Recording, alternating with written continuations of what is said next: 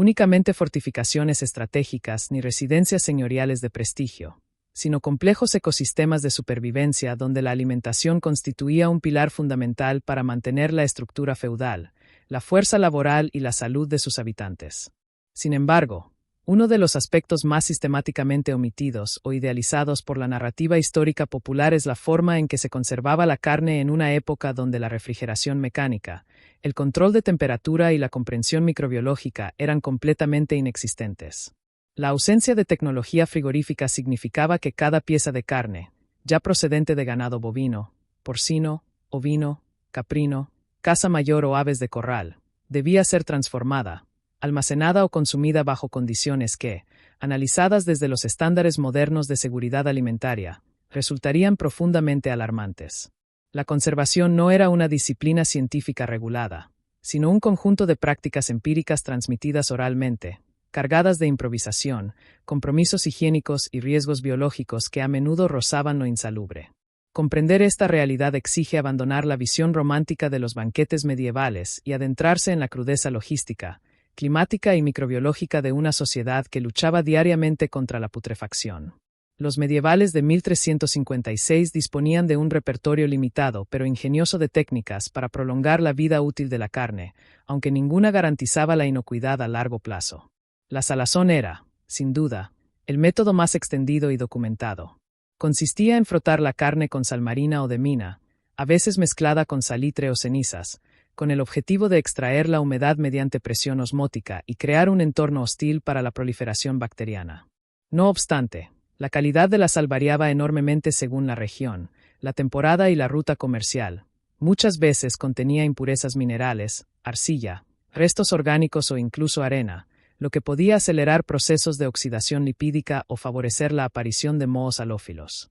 El ahumado, por su parte, se practicaba en chimeneas abiertas, hornos de leña o cámaras rudimentarias suspendidas sobre el fuego, donde el humo de maderas específicas, roble, haya, castaño o frutales, depositaba compuestos fenólicos, aldehídos y ácidos orgánicos con propiedades antisépticas superficiales. Sin embargo, el control de la temperatura, la ventilación y el tiempo de exposición era prácticamente inexistente. Esto derivaba frecuentemente en carnes excesivamente secas y quebradizas en el exterior, pero aún húmedas, tibias y propensas a la fermentación anaeróbica en el interior, especialmente en cortes gruesos o con hueso. El secado al aire libre, común en regiones frías, ventosas o de altitud, dependía por completo de las condiciones meteorológicas. Una ola de calor, una lluvia repentina o un aumento de la humedad relativa podían arruinar semanas de trabajo en cuestión de horas, generando capas viscosas de moho y proliferación de insectos coprófagos. La conservación en grasa, confit, manteca o sebo fundido, se empleaba especialmente para aves, cerdo y pequeñas piezas de caza, pero la grasa, si no se clarificaba y filtraba correctamente, se enranciaba con rapidez, desarrollando ácidos grasos libres, peróxidos y compuestos volátiles de olor fétido que, lejos de proteger, actuaban como vehículos de contaminación. En algunos castillos del norte y centro de Europa, se aprovechaba la nieve o el hielo almacenado en pozos subterráneos reforzados con paja y madera, hieleras primitivas. Pero estos depósitos eran costosos de mantener, de capacidad muy limitada y altamente propensos a la contaminación por agua estancada, filtraciones de suelo o desechos orgánicos arrastrados por el deshielo primaveral. Lo que más diferenciaba radicalmente la conservación medieval de la actual era la absoluta ignorancia sobre la existencia y el comportamiento de los microorganismos. En 1356, nadie sabía que bacterias patógenas como Salmonella entérica, Clostridium botulinum,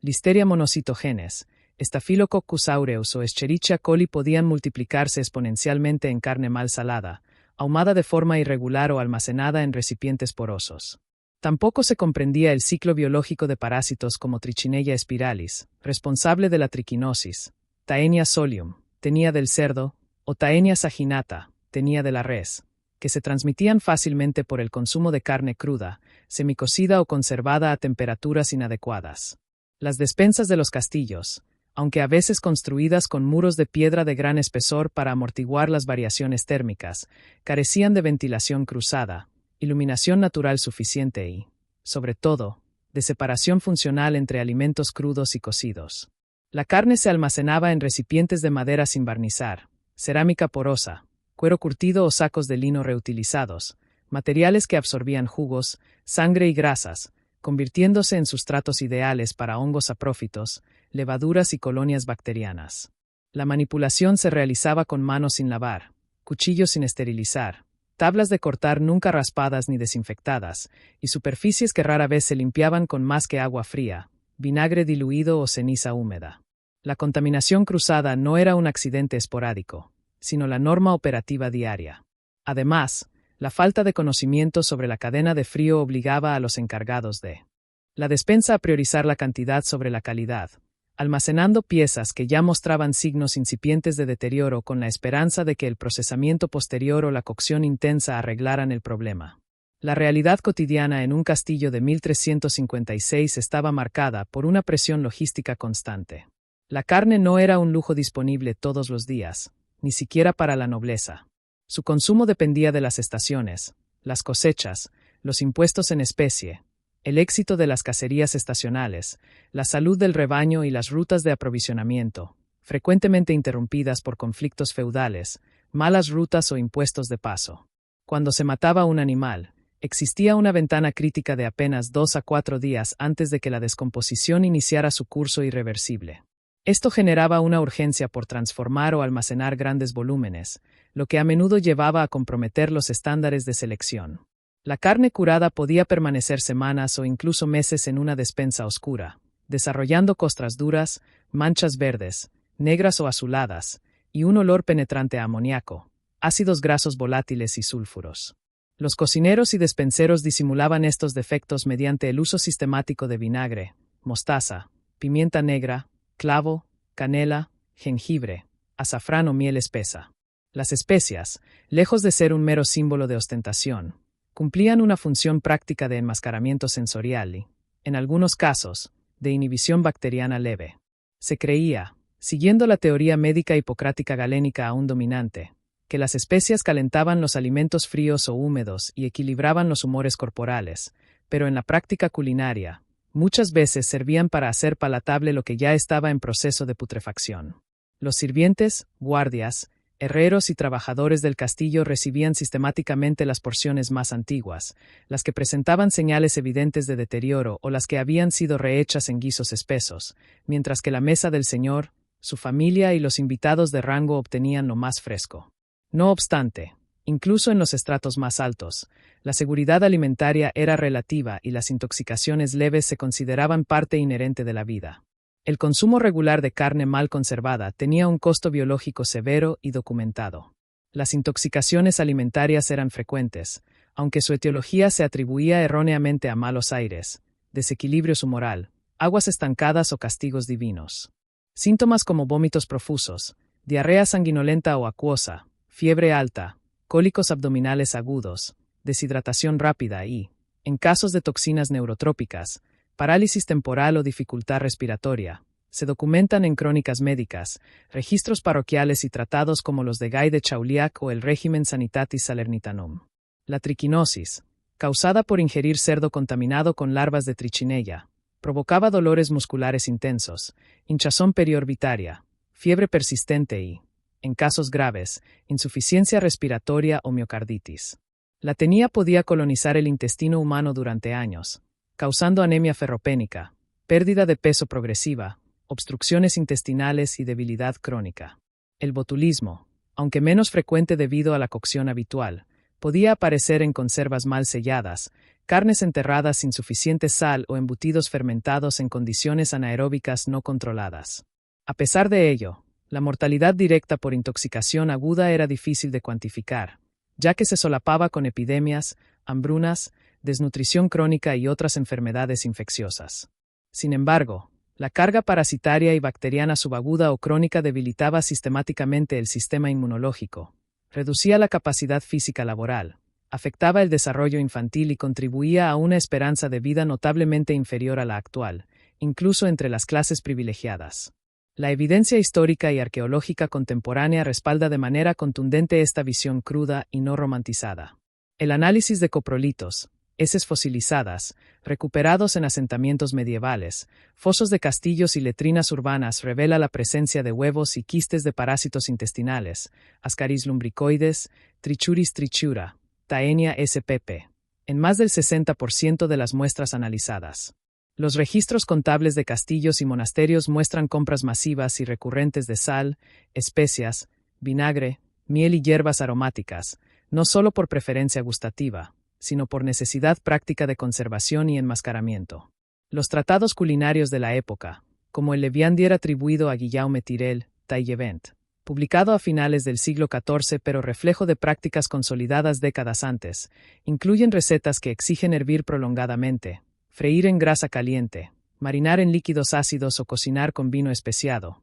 técnicas que, aunque no esterilizaban, reducían significativamente la carga microbiana superficial y desnaturalizaban algunas toxinas termolábiles. Las excavaciones arqueológicas en despensas, almacenes y fosos de castillos han revelado restos óseos con huellas de corte mal ejecutado, residuos de moho en cerámicas, fragmentos de cuero con impregnación grasa y, en algunos casos, restos de insectos necrófagos o roedores, confirmando que la conservación era una batalla constante contra la naturaleza y la entropía. Además, las ordenanzas municipales, feudales y gremiales de la época prohibían explícitamente la venta o servicio de carne corrompida, apestosa o no apta, lo que indica que el problema era tan generalizado que requirió regulación legal, inspecciones rudimentarias y castigos económicos para los infractores. En conclusión, la conservación de la carne en un castillo medieval de 1356 no era un proceso controlado, estandarizado ni higiénico, sino una lucha diaria y agotadora contra el tiempo, la humedad ambiental, la temperatura fluctuante y los microorganismos invisibles. Lejos de la imagen edulcorada de banquetes opulentos, manjares perfectos y cocinas relucientes, la realidad era un equilibrio precario, casi desesperado, entre la necesidad imperiosa de alimentar a una población dependiente y la inevitabilidad biológica de la descomposición. Lo que se servía en el plato a menudo contenía niveles de contaminación bacteriana, parasitaria y fúngica que hoy activarían alarmas sanitarias inmediatas, retiraría el producto y clausuraría el establecimiento. Sin embargo, en el contexto de la época, era lo aceptable, lo necesario y, en muchos casos, lo único disponible para sostener la estructura social y militar del feudalismo. Comprender esta realidad no solo desmitifica la Edad Media y corrige décadas de idealización cultural, sino que nos permite apreciar con mayor profundidad los avances en microbiología, seguridad alimentaria, cadena de frío, higiene industrial y control de calidad que hoy damos por sentados, pero que hace 7 siglos eran absolutamente inimaginables. La carne de 1356 no solo alimentaba cuerpos, también ponía a prueba, en el imaginario colectivo y en gran parte de la divulgación histórica popular, las especies de la Edad Media se presentan casi exclusivamente como símbolos de riqueza, ostentación cortesana o búsqueda de placeres gastronómicos refinados. Sin embargo, cuando se analiza la realidad material y operativa de un castillo europeo de 1356, su función dista radicalmente de ser meramente decorativa o hedonista. Lejos de los banquetes idealizados por la literatura romántica y el cine de época, las especias constituían una herramienta logística de primera línea, un recurso práctico y, en numerosos casos, desesperado, para enmascarar los olores, los sabores y las texturas de una carne que, por las limitaciones estructurales de conservación, comenzaba invariablemente su proceso de degradación biológica. La relación entre putrefacción y especiación no era un capricho culinario ni un signo de sofisticación innecesaria, sino una respuesta sistémica a un problema insalvable sin refrigeración, sin comprensión microbiológica, con cadenas de suministro intermitentes y con una dependencia absoluta de los ciclos estacionales. La carne se alteraba con rapidez, y las especias actuaban como un velo sensorial que permitía que el alimento siguiera siendo ingeable, socialmente aceptable, dentro del marco epistemológico de la época, incluso terapéutico o equilibrado. El comercio de especias en la Europa de mediados del siglo XIV se sostenía sobre redes mercantiles complejas que conectaban el archipiélago de las Molucas, la costa de Malabar, Ceilán, el mundo árabe, el norte de África y las repúblicas marítimas italianas. Pimienta negra, clavo de olor, canela de Ceilán, nuez moscada, macis, jengibre, azafrán, cardamomo y granos del paraíso atravesaban océanos, desiertos, pasos montañosos y fronteras políticas, acumulando peajes, intermediarios, riesgos de naufragio, saqueo o confiscación. Su valor era tan elevado que se contabilizaban por grano, se almacenaban en arcones de madera reforzados con hierro, se utilizaban como garantía hipotecaria, pago de dotes o incluso como moneda de curso legal en transacciones feudales. En un castillo de 1356, el mayordomo o el despensero no las dispensaban con generosidad, sino con una contabilidad minuciosa y jerárquica. Cada onza tenía un destino calculado, y su aplicación en la cocina respondía a prioridades estratégicas: priorizar la carne del señor y sus invitados de rango, asegurar la transformación de lotes enteros mediante técnicas complementarias de salazón o ahumado, y, sobre todo, neutralizar los olores acres, amoniacales, rancios o sulfurosos que emanaban de piezas que ya habían superado su ventana crítica de frescura. Las técnicas de aplicación eran variadas, empíricas y se ajustaban rigurosamente al estado de deterioro de la carne. Cuando la alteración era incipiente, se empleaban marinados ácidos a base de vinagre de vino, vino agrio, zumo de frutas fermentadas o suero lácteo, a los que se añadían pimienta negra molida, clavo machacado, canela en rama, jengibre fresco rallado o mezclas locales de hierbas. La acidez no solo ayudaba a tenderizar fibras endurecidas por la salazón o el secado prolongado, sino que generaba una capa olfativa dominante que tapaba los primeros compuestos volátiles de descomposición, como las aminas biógenas, putrescina, cadaverina, los sulfuros de hidrógeno y los ácidos grasos de cadena corta. En estadios más avanzados de degradación, la carne se hervía durante horas en caldos espesos con hierbas aromáticas, romero, tomillo, salvia, laurel, mejorana, mostaza fresca o en polvo, y mezclas de especias importadas que se tostaban ligeramente en sartenes de hierro antes de añadirse para potenciar la liberación de sus aceites esenciales volátiles. El resultado no era un plato delicado ni sutil, sino una preparación intensa, casi medicinal, donde el calor prolongado, la grasa animal, el ácido acético o tartárico y los compuestos aromáticos competían por dominar el paladar y saturar los receptores olfativos. En muchos casos, la carne se picaba, deshuesaba manualmente o se mezclaba con pan remojado en caldo, legumbres cocidas, frutas secas o migas tostadas para crear preparaciones tipo empanadas, pastelillos, pastas o guisos espesos, donde la textura original y el sabor de fondo quedaban completamente enmascarados bajo una capa de densidad y aromaticidad controlada.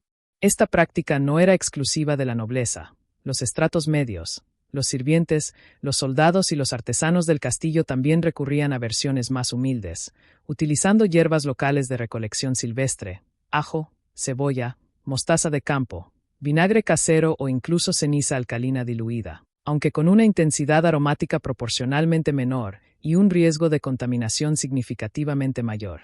La justificación teórica de este uso masivo y sistemático de especias se enmarcaba en la medicina galénica e hipocrática, aún hegemónica en las universidades y cortes europeas de 1356. Según la teoría de los 4 humores, los alimentos se clasificaban por sus cualidades primarias: caliente, frío, húmedo, seco, y su consumo debía buscar el equilibrio corporal para prevenir enfermedades. La carne, especialmente la de caza mayor, la conservada en sal gruesa o la procedente de animales sacrificados en estaciones frías, se consideraba fría y húmeda o, en otras variantes teóricas, pesada, melancólica y propensa a generar obstrucciones viscerales.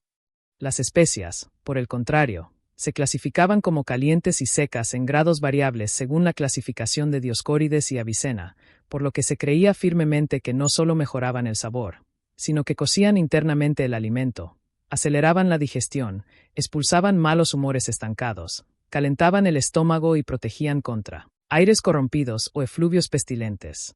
Tratados médicos ampliamente difundidos, como el Regimen Sanitatis Salernitanum, las Canon de Avicena, traducidas al latín, o las obras de la Escuela de Montpellier, recomendaban explícitamente el uso de pimienta, jengibre, clavo, canela y azafrán junto a carnes viejas, pesadas o mal conservadas. Esta cosmovisión, aunque completamente errónea desde la microbiología moderna, proporcionaba un marco racional, ético y socialmente legitimado para lo que, en la práctica cotidiana, era una estrategia de enmascaramiento sensorial. No se comprendía que las bacterias patógenas seguían multiplicándose exponencialmente bajo la capa aromática. Simplemente se confiaba en que el calor, el vinagre y las especias purificaban el alimento, neutralizaban sus propiedades nocivas o lo hacían digerible según los cánones de la época. Desde una perspectiva científica contemporánea, el poder real de las especias como conservantes o agentes antisépticos es limitado, altamente dependiente de la concentración, y frecuentemente sobreestimado por la literatura popular. Compuestos como la piperina, pimienta negra, el eugenol, clavo de olor, el cinamaldehído, canela, el gingerol, jengibre, o la curcumina, azafrán, poseen, en efecto, actividad antimicrobiana, antifúngica y antioxidante demostrada in vitro, pero las cantidades utilizadas en la cocina medieval, generalmente entre 5 segundos y 3 gramos por kilogramo de alimento, según los inventarios de Castillo, eran insuficientes para inhibir el crecimiento de Salmonella entérica, Clostridium perfringens, Staphylococcus aureus, Listeria monocytogenes o Parasitos como Trichinella spiralis, Whitenia spp. Además, muchos de estos compuestos fenólicos y terpenoides son termolábiles o altamente volátiles, y se degradan parcialmente o se evaporan durante la cocción prolongada a fuego abierto. Lo que sí lograban con notable eficacia era alterar la percepción sensorial. Los receptores olfativos y gustativos se saturaban con estímulos intensos, picantes, amargos o acre, lo que reducía drásticamente la detección de olores a amoníaco, a huevo podrido, a rancio o a fermentación anaeróbica. El cerebro, acostumbrado a una dieta donde los sabores neutros, suaves o frescos eran la excepción y no la regla, interpretaba la intensidad especiada como señal de calidad, riqueza o cuidado culinario, no como advertencia biológica de deterioro. Esta adaptación sensorial era colectiva, intergeneracional y culturalmente reforzada. Los habitantes de castillos, ciudades amuralladas y aldeas medievales desarrollaban umbrales de tolerancia olfativa y gustativa muy superiores a los actuales, lo que no eliminaba el riesgo microbiológico, pero sí normalizaba el consumo de alimentos que hoy serían rechazados instintivamente por los mecanismos evolutivos de aversión a la putrefacción. La jerarquía social del castillo se reflejaba de manera cristalina en el uso, la dosificación y la calidad de las especias. En la mesa del señor, su familia, los clérigos visitantes y los caballeros de rango, se servían carnes relativamente más frescas o mejor conservadas, acompañadas de salsas especiadas elaboradas con vino de calidad, miel pura de abeja, vinagre de sidra refinado y mezclas importadas cuidadosamente dosificadas en molinos privados. En la cocina baja, donde se alimentaba a soldados de guardia, criados, herreros, cocineros, leñadores y personal de servicio, se utilizaban las mismas partidas de carne pero en estadios más avanzados de deterioro, compensadas con hierbas locales más abundantes, mostaza fuerte de fabricación casera, vinagre concentrado, y en ocasiones, especias de segunda calidad, residuos de molienda o mezclas recicladas. Los registros contables de castillos, monasterios y abadías del siglo XIV muestran partidas diferenciadas con una